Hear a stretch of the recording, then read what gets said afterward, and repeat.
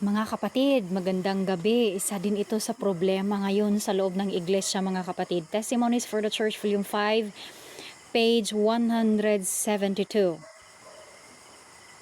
Yes, paragraph 2. Basahin niyo po ito, mga kapatid. The accession of members who have not been renewed in heart and reformed in life is a source of weakness to the church. Naku po,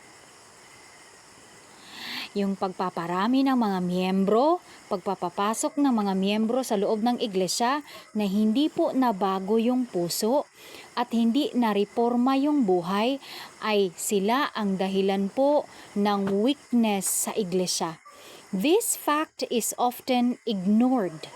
Some ministers and churches are so desirous of securing an increase of numbers that they do not bear faithful testimony against unchristian habits and practices. Bakit ganito, mga kapatid, na ninanais talaga nila na dadami ng mga ibabaptize?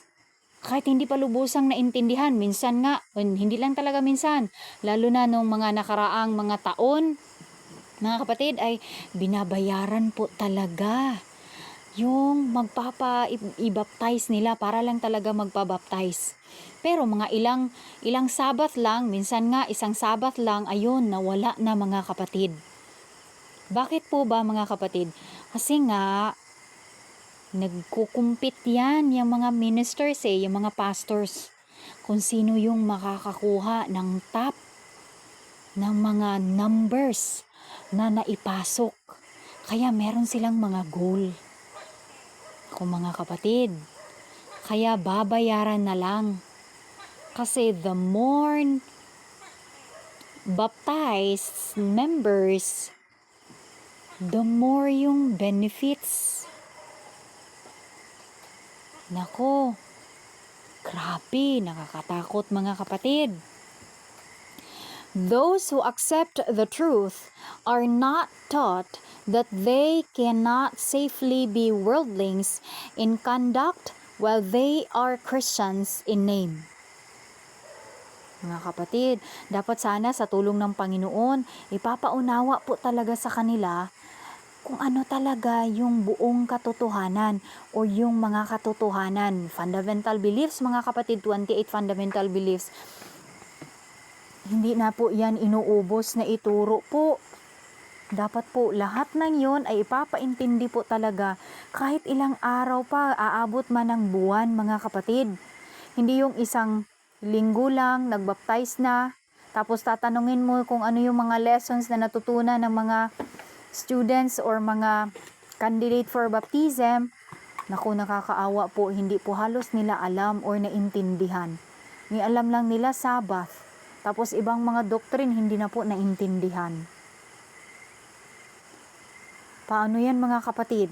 Kaya sinabi ng propeta, Testimonies for the Church, Volume 6, page 371, the Lord does not now work to bring many souls into the truth. Basahin niyo po yan, mga kapatid. Teka, basahin na natin.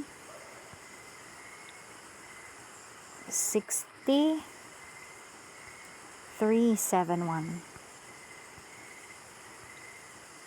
Kaya yung mga nagpapapasok ngayon, mga nagbabaptize sa loob ng iglesia, napakarami nila, mga tares po yun, mga kapatid. Majority tares na itinanim ni Satan sa loob ng church.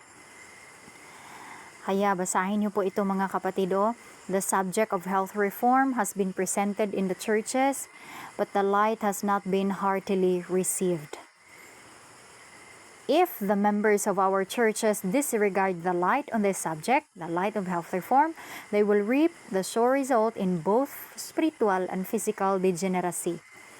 And the influence of these older church members will leaven those newly come to the faith. The Lord does not now work to bring many souls into the truth because of the church members who have never been converted and those who were once converted but who have backslidden. Sa malinaw mga kapatid, hindi na po gumagawa ang Panginoon ngayon upang magpapapasok ng maraming mga souls into the truth.